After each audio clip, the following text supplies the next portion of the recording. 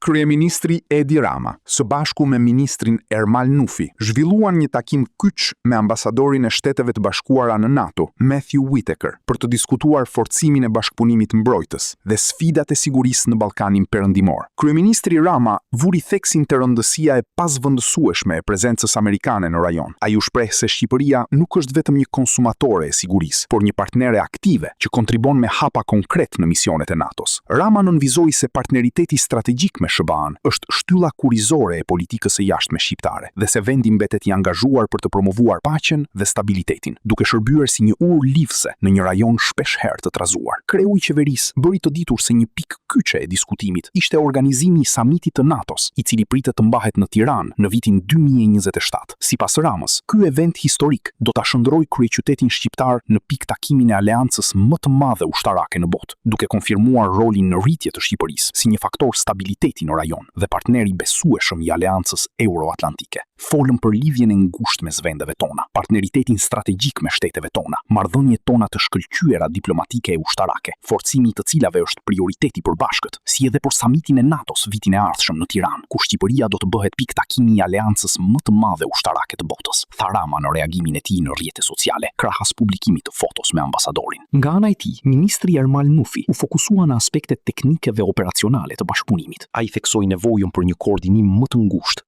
dhe më të shpejt mes aleatëve përballë kërcënimeve të reja hibride. Nufi shprehu mirënjohjen për mbështetjen e vazhdueshme financiare dhe logjistike të SBA-s, duke deklaruar se modernizimi i forcave tona të armatosura dhe forcimi i partneritetit në rajon janë prioritetet absolute mbi të cilat po punohet ngushtësisht me Washingtonin. Ambasadori Matthew Whitaker, duke vlerësuar rolin e Shqipërisë, rikonfirmoi mbështetjen e palëkundur të Shteteve të Bashkuara.